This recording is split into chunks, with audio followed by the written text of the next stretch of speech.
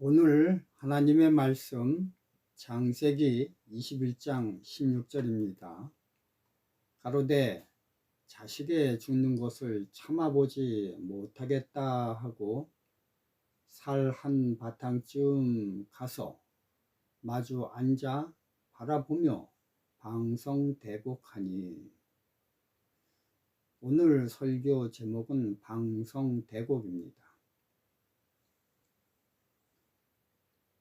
17절의 말씀을 보면요, 하나님이 그 아이의 소리를 들으심으로 하나님의 사자가 하늘에서부터 하갈을 불러 가라사대, 하갈아 무슨 일이냐. 윗 성경을 읽어보면 하나님의 사자가 하갈에게 나타나시는데 그 나타나는 이유가 특별합니다.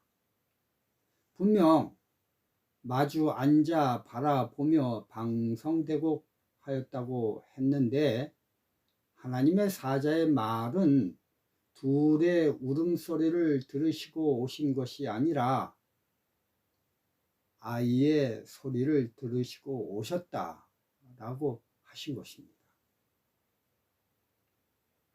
절대 하나님께서는 당신의 계획 속에 포함되지 않은 곳에는 개입하시지 아니하십니다. 그럼 왜 하나님은 하갈을 계획 속에서 열외시키셨습니까? 우선 그녀가 방성대곡한 이유를 생각하면 하나님의 나라와 그의 의에 대하여 서러운 것이 아니라 자신의 인간적 개인의 욕심을 잃은 것에 대한 서러움 때문에 운 것입니다.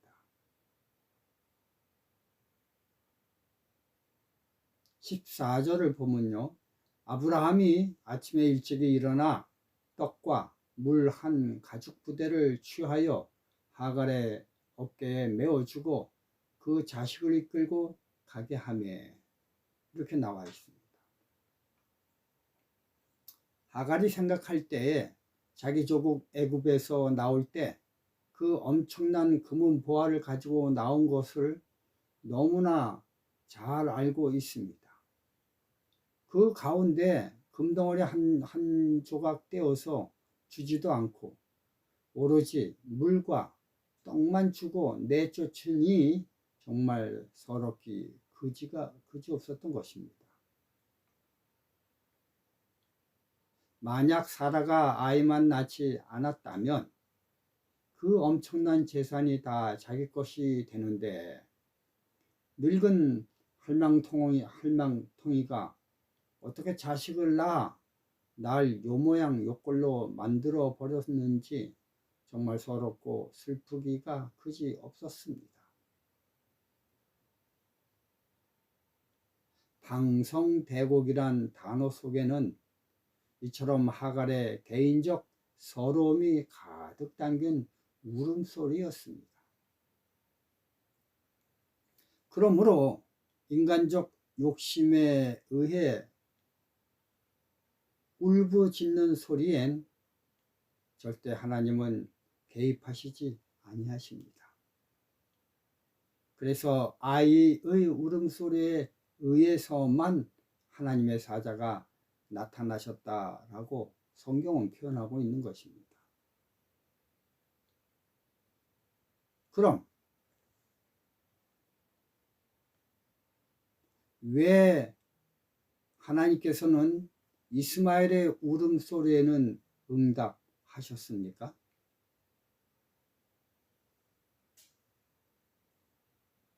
그 이유는요,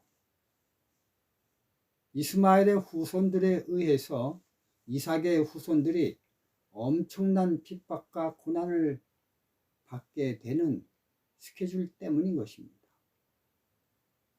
이런 계획 때문에 하나님은 이스마엘의 울음소리에 응답하신 것입니다.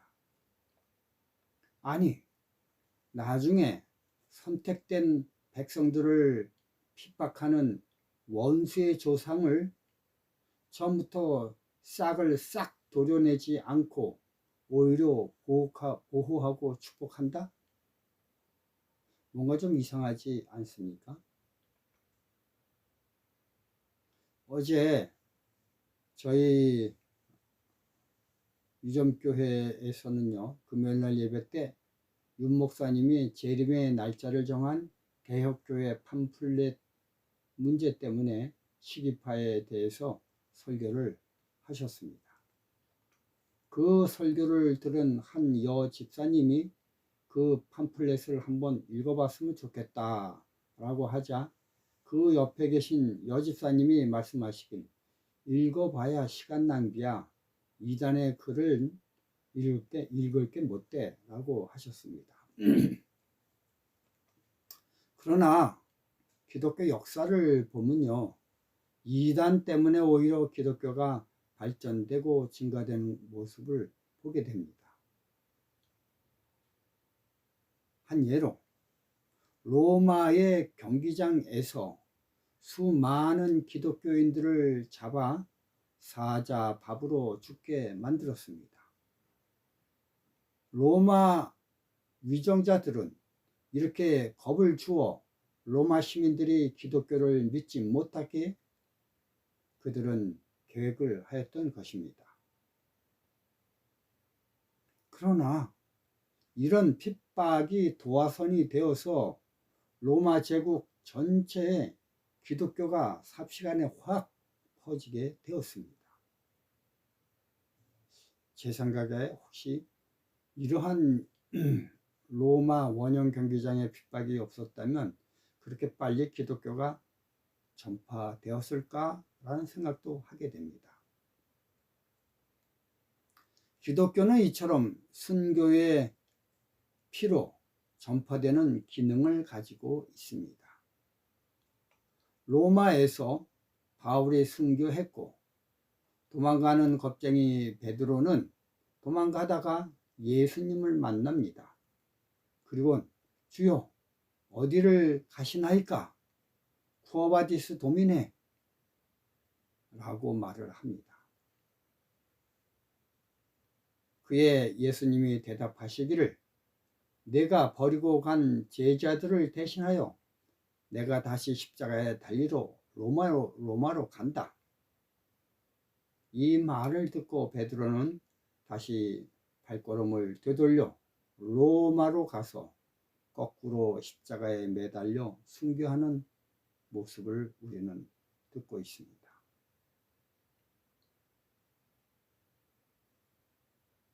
이러한 순교 피의 기능이 거름이 되어 기독교는 삽시간에 로마를 점령하고 맙니다.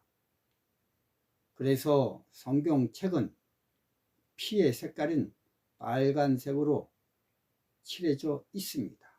왜냐하면 이것은 성도들의 피로 물드는 책이라는 뜻입니다.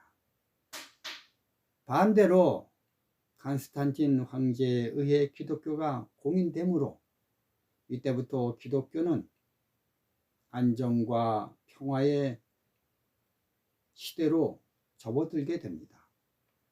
이렇게 되자 순교가 없는 기독교는 타락되고 피폐됩니다.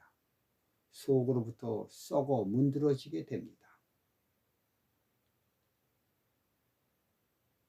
제가 고등학교 때 사슴의 동산에서 장막 부흥회를 하였습니다. 그 장막 부흥회 야영의 마지막 날에 커다란 캠프파이어를 만들어 놓고 그 다음에 엘리야가 갈멜산에서 불을 내리는 연극을 하였습니다. 그런 후 마지막 순서로 목립교회 초등학교 6학년 어린이 3명이 나와서 학교에서 안식일 때문에 핍박받지만 굽히지 않고 하나님의 계명을 지켜낸 간증을 하였습니다. 그리고 세 명이 입을 합쳐 외치길 평안과 안락은 가고 환난과 핍박이여 오라 라고 외쳤습니다. 정말 말씀대로 돌멩이와 젖먹이 어린아이들에 의해 복음이 전파되는 순간이었습니다. 이 야영회가 마치면서 이제 각자 흩어져서 돌멩이를 하나씩 부여잡고 개인 기도들을 하였습니다. 저는 그 기도를 하면서 나는 고등학생으로 얼마나 마음의 가책을 받았는지 모릅니다. 남들은 저런 어린 나이에도 핍박에 굽히지 않고 계명에 순종하는데 나는 고등학생 나이로 너무나 신앙생활하는 게 부끄러웠습니다. 그 후 나의 신앙은 오로지 하나님의 계명에 순종하며 악의 조류와 싸우는 투쟁 신앙을 이어가게 되었습니다. 이제는 제 나이가 20개월 지나면 68입니다. 70이 다 되었습니다. 근데 나를 뒤돌아보면 하나님의 계명에 순종하여 나의 평안함과 영예를 버렸을 때의 신앙은 정말 정갈하여 힘이 있었던 반면 평안과 안락과 행복의 생활을 하고 있을 때의 나의 신앙 생활은 진보가 없고 나태한 모습의 신앙임을 제가 뒤돌아보니 발견하게 됩니다. 그래서 지금 목회 은퇴 후 나에게 그동안 달려온 모든 여정을 잠시 내려놓고 쉼의 생활을 하라고 할 이때 저는 분연히 일어나 하나님이 저에게 부여한 천명 사명을 성취하기 위해 오늘 새벽에도 눈을 부비며 일어나 주의 말씀을 붙잡고 있는 것입니다. 나로부터 천명 사명을 이룬 친구들은 겉으론 진중하게 드는 것처럼 행동하였지만 속으론 긍정하지 않는 모습을 저는 대화 가운데 느끼고 있었습니다. 1000명이란 엄청난 숫자에 도달하기 위해선 1년마다 100명씩 침례를 줘야 되는데 지금 내 꼴은 너무나 하찮지 않은가 라는 그들의 말없는 소리를 저는 마음으로 감지하고 있었습니다. 요즘은 인사이동철입니다. 그래서 저는 속이 타도록 기도하고 있습니다. 하나님, 제 개인의 안위를 위해서가 아닙니다. 오로지 당신이 부여한 명령을 순종하기 위해서입니다. 남들에게는 쉼의 은퇴이지만 주님, 저는 지금부터 시작입니다. 이제 막 출발선에서 떠났습니다. 고린도전서 3장 6절을 보겠습니다. 나는 심었고 아볼로는 물을 주었으되 오직 하나님은 자라게 하셨나니. 저는 행동합니다.